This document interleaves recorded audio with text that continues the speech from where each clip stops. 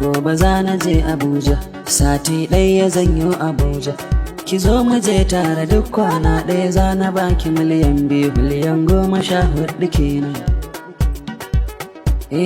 Idan ba kya san hakan, to ki zo ki same ni yanzu a hotel 5 hours miliyan 2, awa 5 miliyan 2. Babbar dama ce ni sai bana. A yanzu za na kashe wayana, in kin kira kin amince, in ko kin shiru baki amince ba. Sai na kashe wayata, amin ido ya raina fata. Mun yi shiru muna jiranta, ko za ta kira wayo na kaina. Ta ɓangaren na sai bana can, sai nazari take na zancen, tana faɗin miliyan 2 fa in na karɓa ba za a gane ba. Ta ɗau waya kamar ta kira, tana tuna rufin asira, in ya tona ta ya za ta tsira, dama ta san da tsari na. Jarabar san kuɗi gunnu sai ba, bata ma tsaya shawara ba, ta ɗau waya ta kira ni da amini, jikinmu ya fara raina. Ƙwarin zuciya ya sani kwatancen inda za ta gani. Muka je mun riga ta zuwa, muka yi jira na minti 30, sai gani sai bana iso gona.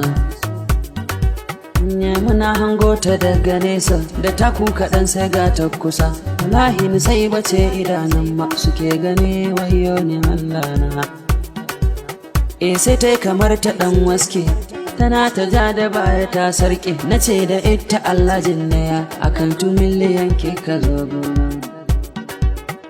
Kin ba da kanki nan sai ba, ikin hakan mene riba, rayuwarki zaki bata ni sai ba. Kabar ta zo mu tafi abokina, wai a hakan za ta aure. Kije Allah ya isa na, kije Allah ya isa, Allahu ya saka inda haƙiƙi na. Ni sai ba ta yi kuka sannan, da na sani take rannan.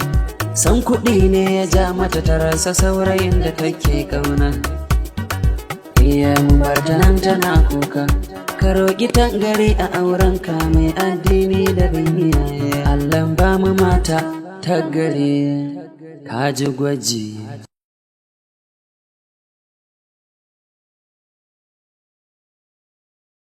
To assalamu alaikum jama'a masu kallon mu da bibiyar mu tashar mu ta Usman Sanda. Wannan shine karshen gwaji, mun kawo karshen gwaji, kun ji yadda gwaji ya kasance complete tsakanin Al'amin da Nusaiba. Nusaiba ga yadda ta kasance mai kwaɗayi, duk da tana son shi wannan Al'amin din, shi kuma Al'amin yana ƙaunar Nusaibarsa, amma ganin wani ɗabi'a da ta canza ya kawo kukansa wajen abokinsa, yayin da ya haɗu da aboki mai ɗan nazari ya ba shi shawarwari, aka yi gwaji, har Nusaiba ta faɗi gwajin nan da aka yi. Wannan labari ne da ya faru da gaske a rayuwar wani bawan Allah wanda ya nemi a sake yi sunan shi. Ka kuma ta wannan mun taɓi ne, mafari ne, za a yi ta yi suna nan labarai na burgewa, na nishaɗi da al'ajabi, abin tausayi da waya da shauransu. A dai wannan tashar ta mai suna Usman Sanda. Masu son kallon mu a YouTube, akwai tashar mu ta YouTube Usman Sanda Concept, sai nan TikTok Usman Sanda, Instagram ma Usman Sanda. Muna dauke da sabon shiri mai suna Bani Bane. Shirin Bani Bane shi ma shiri ne da ke dauke da darasi, abin da sai wanda ya kalla. Za mu fara sakin shi ne a YouTube channel din mai suna Usman Sanda Concept, sai kuma nan kan TikTok Usman Sanda. Instagram ma akwai channel din mu, Twitter, inda kuke son ku same mu za ku iya search din sunan mu a can.